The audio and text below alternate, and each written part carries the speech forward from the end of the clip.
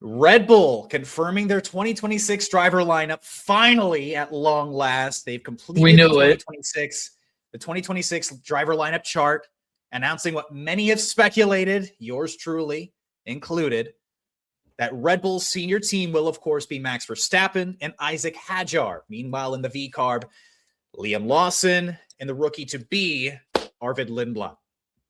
And the only surprise in this to me was that Yuki Tsunoda is going to stick around as the reserve and simulator driver for both teams. That was the surprising angle to me. But I guess I'll lead off with this question. We've discussed it quite a bit over the time, over the season, really, along with these predictions. Will Isack Hadjar have a better chance alongside Max Verstappen than past drivers? Because the Red Bull second seat, you go over F1 Twitter, F1, Formula Dank, whatever, it's all doom and gloom opposite of Max and Verstappen.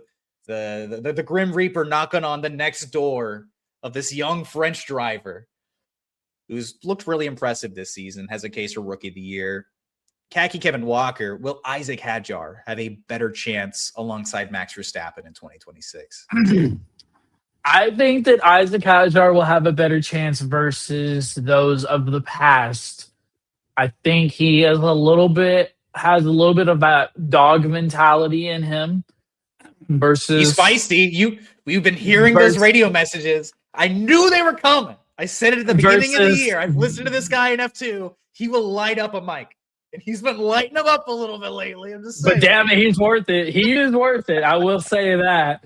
I think he's a little bit more feisty. He's got a little bit more of that dog in him versus a guy like Alex Albon or fill in the name next to Max Verstappen. A lot of the guys that have been next to him have been, and I'm sorry, I'm just going to say this, and then we're going to move on, softies. Isack Hadjar is not that much of a softie. I think he can actually compete. And if Red Bull nail the 2026 regulations, sky's the limit for Isack Hadjar. I mean, I think that he could really compete with Max. I think he could really... I don't know what the year one will look like, but I don't think we'll ever look at it and be like, damn, Isack Hadjar is holding back Red Bull again from a constructor's title.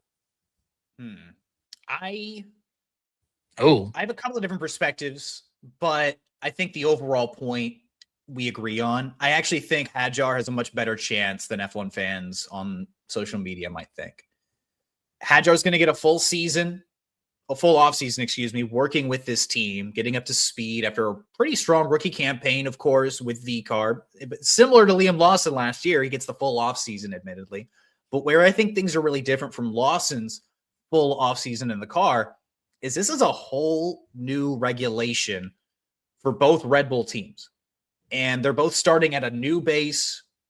Most notably, though, Red Bull, both cars are going to be starting in the exact same place. This is not going to be a Liam Lawson taking over for Sergio Perez after the car has been over, pun intended, maximized in one direction. I think that Hadjar is going to have a much more drivable car. It's just going to start off at a much similar base, much more drivable base. It's going to be a much more... I'm not going to say well-rounded because, starting is never where they finish, but it's going to be aimed at being drivable for both drivers. The same issues the team are going to have to iron out are going to be happening in both cars, especially throughout 2026. Yeah. So having the benefit of it being a basically clean slate car, everybody's learning the new regulations. Everybody's learning the new rules. There's no DRS, right? It's going to be, the overtake button, right? Hadjar is going to also have a benefit of possibly being Red Bull's future. And I've speculated on this. And I've said this a lot this season. Maybe I'll be right. Maybe I'll be wrong. But just hear me out. If this is the first time you've seen this take, if Red Bull are struggling in 2026, which I'm bearish in comparison to you, perhaps, that I think that they're going to be struggling as first-time power unit builders alongside this partnership with Ford, Max is not going to be waiting around through 2028 for the team to figure it out. In his own words, he's basically here for a good time, a winning titles and races time, then a long time. And he'll be the potential face, Isack Hadjar will be, of the team in a possible post-Max era. And look, if Max is on the fence and Red Bull are a midfield team at best in 2026, especially with so many drivers potentially up in the air, a lot of movement possible in 2027 season, going into 2027 season, excuse me.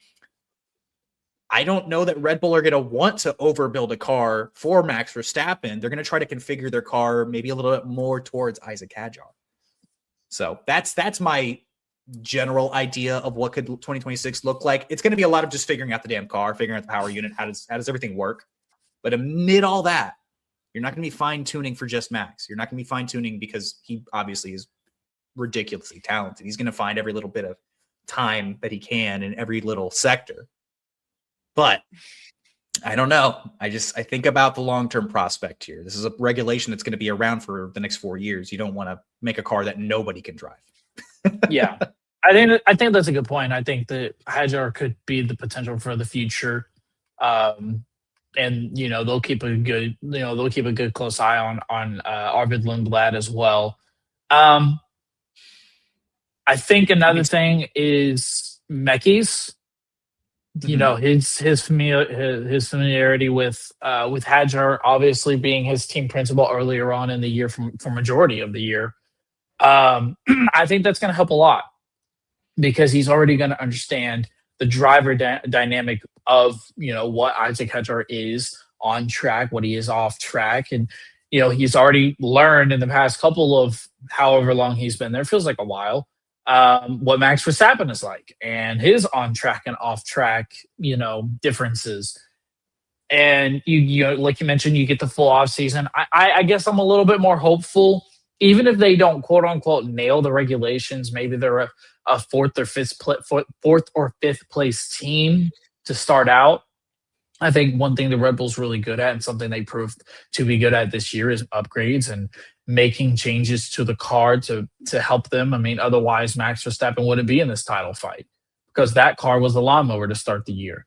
So I think even if they don't nail it to start out, I think the upgrades and everything pending can help out.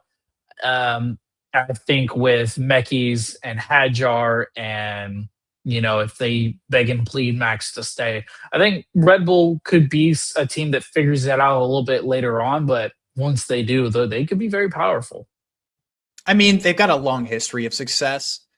There's so many questions. We're not going to know anything. That's the scary / like.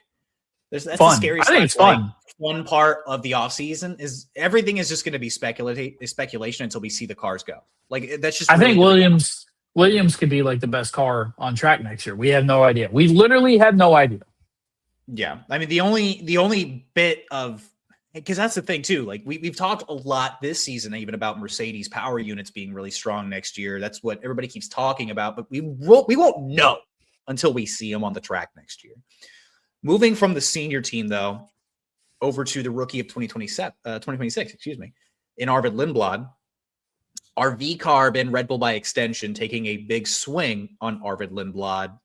I know there's probably a limitation on what exactly everybody knows about this guy, especially if you only follow Formula One, which is fine. He'll be F1's only rookie, if I'm not mistaken, on the grid in 2026. The British-Swedish Arvid Lindblad coming fresh off a year of F2 with Campos Racing. He tallied a sprint win in Jeddah, a feature win in Spain, and a number of podiums along the way as well. By the way, get ready to feel old. He was born, I believe, in 2007. I saw this on Twitter. So I mean, look, I could be wrong on this. Somebody can correct me in the comments if they. Apparently, that's just awful. That's just Kevin awful. Walker. This is something to do with your favorite driver. You ready for it? He is almost a full Lando Norris in age away from Fernando Alonso. Yeah, I saw that. That's crazy. Yeah, he's off by like 10 days, I think. So yeah, something like that. But look, Lindblad's had some really strong results in his wake, beyond his highlights in F2. He's won a number of karting titles, top 3 finished Italian Formula 4, finished 4th in 2024's F3 season. He's been with the Red Bull Academy since 2021. And look, no major title successes, unfortunately, for Lindblad. A lot of stiff competition out there. Red Bull have shown a lot of confidence in him, though, moving him up this ladder almost exponentially. I think they're perhaps looking around at the rest of these rookies going like, give us a little something, give us a little bit of that. My biggest concerns, though, do come back to that resume. In comparison to the rookies we've gotten historically, I'm worried that Lindblad could be making this jump from F2 after finishing this year's championship down the order. He's currently in 6th with 1 race left. Again, not a lot of championships in the last few years in other series. Invicta's Leonardo Fornaroli secured the title with 1 more race to go. Admittedly, I haven't watched a ton of F2 this year. I cannot give you an honest assessment of what I've seen from him that I believe might be transferable, what I can't. But I think there's just, it's interesting. It's interesting. A lot of the rookies we had last year, like Bortoleto was a Formula 2 champion. Antonelli had a series of Formula 4, Formula 3 championships. Behrman, similar path, a lot of championships, Formula 3, and he had a number of wins in Formula 2 as well. Extra experience, 2 years in Formula 2. Colapinto had a long history in Formula 2.